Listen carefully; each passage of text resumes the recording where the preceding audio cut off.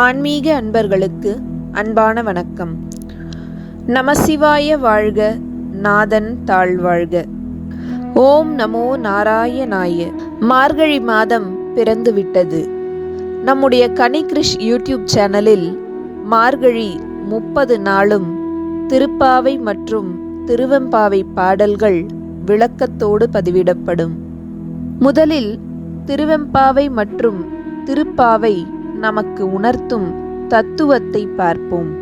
நம் மனித வாழ்வில் ஒவ்வொரு மனிதனுக்கும் தேடுதல் என்பது இருந்து கொண்டேதான் இருக்கும்.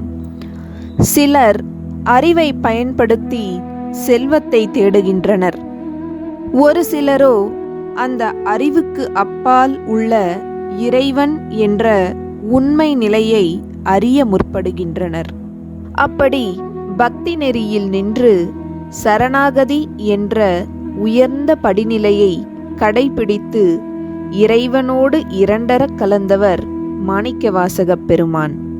அனைத்தையும் கடந்து இறைநிலை எனப்படும் முக்தி நிலையை அடைய மேற்கொள்ளப்படும் வழிமுறைகளில் ஒன்று பக்தி நெறி. இத்தகைய பக்தி நெறியில் இறைவனிடம் தன்னை முழுமையாக ஒப்படைப்பதே சரணாகதி. அதாவது நான் என்ற ஒன்று இல்லாமல் தன்னை முழுமையாக இறைவனிடம் இழந்து நிற்கும் தன்மையே சரணாகதி எனப்படும். இந்த சரணாகதி தத்துவத்தை சைவம் வைணவம் இரண்டிலுமே பார்க்கலாம்.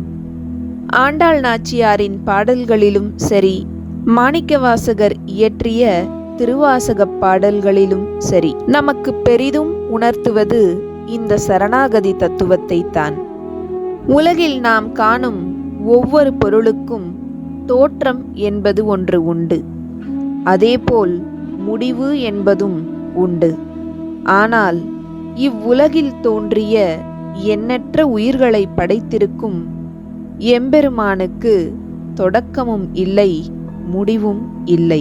நம் தமிழின் முதல் காப்பியமான சிலப்பதிகாரம் தந்த இளங்கோவடிகளும் சிவபெருமானை பிறவா யாக்கை பெரியோன் என்று குறிப்பிடுகிறார். அச்சிவபெருமானே மாணிக்கவாசகப் பெருமானின் அறிவில் நிறைந்திருந்தார், வாக்கில் கலந்திருந்தார். மாணிக்கவாசகப் பெருமான் திருவண்ணாமலையில் தங்கியிருந்த காலத்தில் திருவெம்பாவை பாடல்களை பாடி அருளினார். மார்கழி திங்களில் விடியற்காலையில் விழித்தெழுந்து 6 குளங்களில் நீராடச் செல்லும் பெண்கள் தம்மை ஒத்த தோழியரை அழைக்கும் முறையிலும் உரையாடும் முறையிலும் இப்பாடல்கள் அமையப்பெற்றுள்ளன.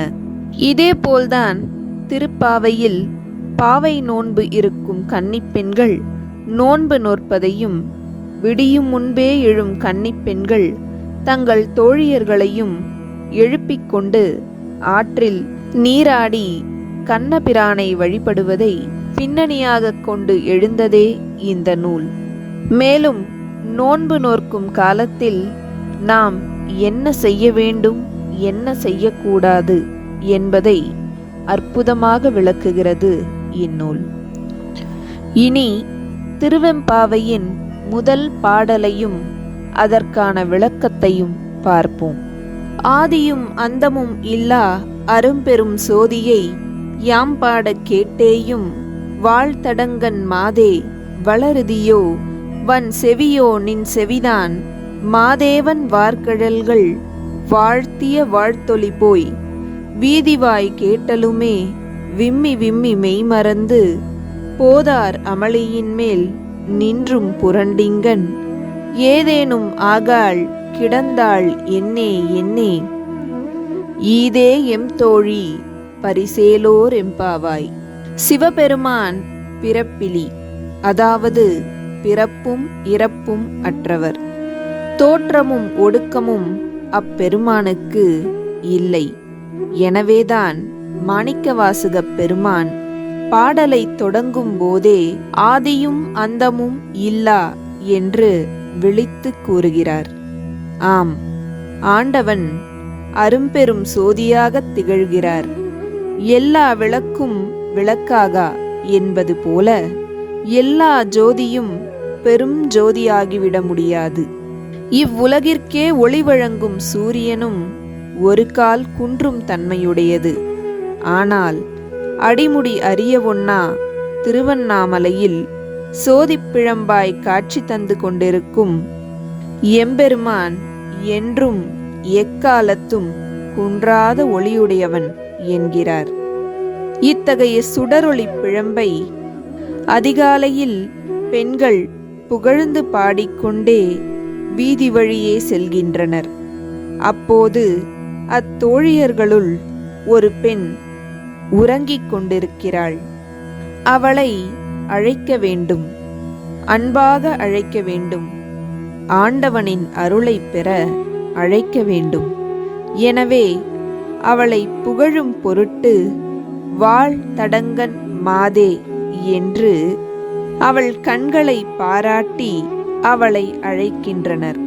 அடுத்து மாதே வளருதியோ என்ற வினாக்குறி கண் வளரக்கூடாது, அதாவது உறங்கக்கூடாது, உடன் எழுந்து எங்களோடு சேர்ந்து பரமன் புகழ்பாட வரவேண்டும் என்று கூறுகிறாள். ஆனால் அப்போதும் அத்தோழி எழுவதாக தெரியவில்லை. எனவே வன் செவியோ நின் செவிதான் என்று சற்று வன்மையாகவே கேட்கிறாள். உன் செவி என்ன இரும்புச் செவியா என்று கேட்கிறாள். மேலும் தன் இன்னொரு தோழியின் பெருமையைச் சொல்லியும் அவளை எழுப்ப முயல்கிறாள். தேவர்களுக்கெல்லாம் தலைவனாக இருக்கும் மாதேவனான சிவபெருமான் அவன் வீரக்கழல்களை வாழ்த்திய பேரொலி வீதியிலே கேட்ட அளவில் விம்மி விம்மி அழுதாள். தன் மெய் மறந்தாள். மாதேவனின் புகழை பிற பெண்கள் பாடக் கேட்டவுடன் தன் படுக்கையில் இருந்து புரண்டு தரையில் விழுந்தாள்.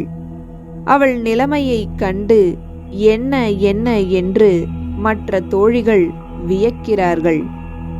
அவளின் தன்மையை நான் என்னவென்று சொல்லுவேன் என்கிறாள் அழைக்கும் தோழிகளுள் ஒருத்தி.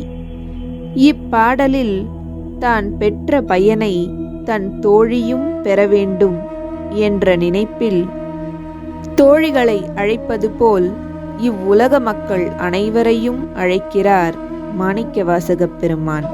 இப்பாடலில் கண்ணால் சோதிப்பிழம்பான இறைவனைக் கண்டு அவனின் வாழ்த்துரையை செவியால் கேட்டு அவனது புகழை வாயால் பாடி இந்த பூத உடலால் அவனை தொழ வேண்டும் என்று உணர்த்துகிறார்.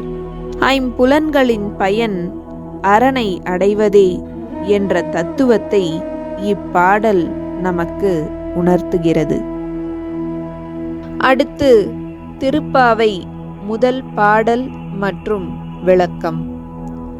மார்கழி திங்கள் மதிநிறைந்த நன்னாளால் நீராடப் போதுவீர் போதுமினோ நேரிழையீர் சீர்மல்கும் ஆயர்பாடி செல்வச் சிறுமீர்காள் கூர்வேல் கொடுந்தொழிலன் நந்தகோபன் குமரன் ஏறார்ந்த கண்ணி யசோதை இளஞ்சிங்கம் கார்மேனி செங்கன் கதிர்மதியம் போல் முகத்தான் நாராயணனே நமக்கே பறை தருவான் பாரோர் புகழ் படிந்தேலோர் எம்பாவாய்.